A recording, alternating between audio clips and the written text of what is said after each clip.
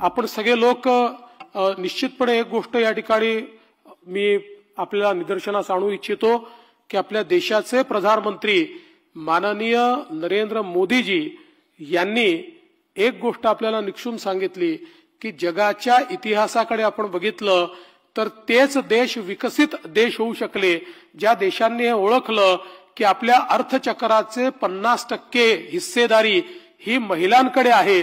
त्यामुळे जोपर्यंत या महिलांना आपण आपल्या अर्थव्यवस्थेच्या केंद्रस्थानी आणणार नाही, जोपर्यंत या महिलांना आपण मानव संसाधन म्हणून विकसित करणार नाही, तोपर्यंत विकसित भारत होऊ शकत नाही।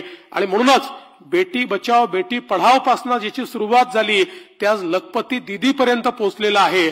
आणि मला अतिशय आनंद आहे की बेटी बचाओ बेटी पढाओ सारखा एक अतिशय चांगला उपक्रम की ज्या उपक्रमाने आमच्यामध्ये देखील एक प्रकारे समाजात जी अतिशय घृणास्पद अशा प्रकारची प्रथा सुरू झाली होती की स्त्री भ्रूण हे नष्ट करून टाकायचं, आज ज्या ठिकाणी अशा प्रकारची लिंग विषमता आपल्याला पाहायला मिळते, काही जिल्हे अजूनही आहेत जे सुधारतायत पण अजूनही विषमता आहे, त्या जिल्ह्यांमध्ये आपण पाहू शकतो की अक्षरशः मुलांना लग्नाकरता मुली देखील उपलब्ध नाहीत असेही काही तालुके किंवा काही गाव आपल्याला पाहायला मिळतात।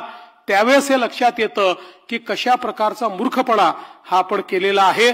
पण मला आनंद आहे की महाराष्ट्रामध्ये बेटी बचाओ बेटी पढाओ 2015 साली सुरू झाल्यानंतर अशा प्रकारचे जे चिन्हित जिल्हे होते, ज्या जिल्ह्यांमध्ये प्रचंड त्या ठिकाणी सुधारणा झाली, गुणोत्तर जे आहे ते देखील सुधारलं आणि आता लोकांनाही लक्षात येत आहे। आणि मी स्वतः देखील एका मुलीचा बाप आहे, त्याच्यामुळे मी हे सांगू शकतो की मुलांपेक्षा मुली बऱ्या असतात, चांगल्या असतात, त्या आई बापाची काळजी जास्त घेतात। त्याच्यामुळे मला असं वाटतं की आता ही मानसिकता जी आहे ही मानसिकता निश्चितपणे आपल्या समाजामध्ये देखील बदलते आहे। हे सगळं होत असताना आज आपण बघितलं ज्यांचा आपण सत्कार केला, समाजातल्या विविध क्षेत्रांमध्ये काम करणारी ही सगळी मंडळी आहेत। या ठिकाणी आमची छोटीशी बहीण की जिने आपल्यात जे काही दिव्यांगत्व होतं त्याच्यावर मात करून आणि जगामध्ये आपलं नाव केलं, किंवा आपल्या ज्या फायटर पायलट आहेत की ज्यांनी मला असं वाटतं की पारंपरिक व्यवसाय नाही तर या ठिकाणी महिला सगळं करू शकतात।